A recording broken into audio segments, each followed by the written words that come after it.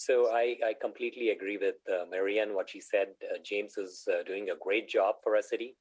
We are lucky to have James. And I just want to make a short comment on this one, And James's title is city manager, but really is the CEO of our city. And in a nutshell, he manages the operation of our city to serve our residents. And he manages a team of directors, staff members, and they are in charge of various functional areas and essentially fulfilling the operational activities. And James actually executes the direction set forth by us, the city council, 5 of us.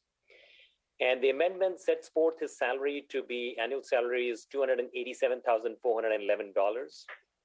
That's $11,000 increase adjustment effective July 1st. And James actually receives an annual cost of living adjustment, which is called COLA, to salary on each July 1st. So he got the COLA adjustment last year, and the COLA adjustment is 2.5%. Our city council is actually granting an increase beyond this COLA. And I would like to say that I will sadly have to disagree. And I'm going to very quickly tell you some of the reasons why. So essentially, James, like I say, James is doing a great job, but I would like to draw attention to our Director of Finance and Administrative Services, that's Nick Pigrosso. I'm sorry, I'm probably not pronouncing his last name correctly. Nick is still new to the team. My apologies, Nick. So he has highlighted the impacts of inflation on our budget. And things like outsourced operations, the cloud-based services, IT stuff, and things like that. And also, he's also talking about additional adjustments to our City of Saratoga cost in fiscal year 23 that may carry into fiscal year 24. And that's one example is the impact of inflation on personnel cost as we negotiate with our employee groups. So Nick also expects the rate of change in revenues, which is property taxes, to be lower than the cost. So the prediction is that the money flowing into the city is going to be dropping. The key to our long-term fiscal health are decisions made for the fiscal year 24 budget using the most current information available. And prudence is what I'm recommending, prudence. So here are the reasons why prudence is recommended. Let's talk about CALPERS liability. It's once again the talk headlines from today, just today. The public pension fund is going to lose about, has already lost $28 billion in the market downturn. And CALPERS, as we know, is the biggest US pension fund, and it has lost 6.1% on its investment in the latest fiscal year. Its worst performance in more than a decade. So now let me remind you what happened in 2014. There was a $6 billion liability with CALPERS. And so back in 2014, we decided that we'll draw $3 million from the rainy funds and we'll pay out CALPERS. And then we paid $500,000 every year to fulfill the unfunded liability.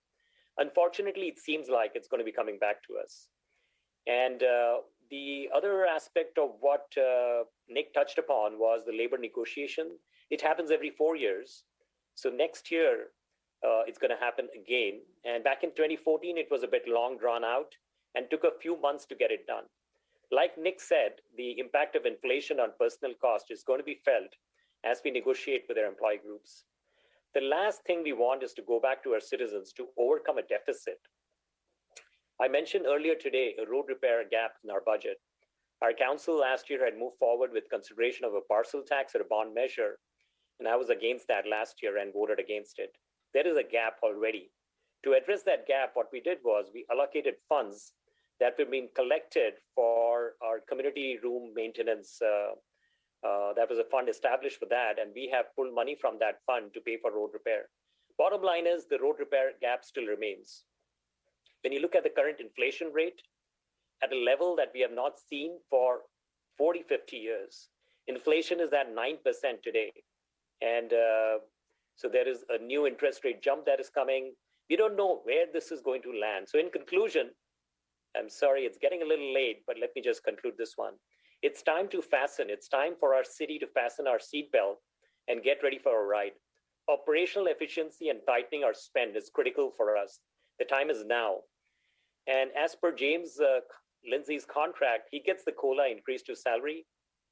He very much deserves that. He does get an increase of an automatic 2.5%, which is what he did last year as well. But this may not be the time to go beyond based on all these factors above. I'm deeply appreciative of James' service to our city and leading our city workforce as the CEO, but I'm exercising caution with our fiscal outlook and ask the council to consider doing the same. Thank you so much.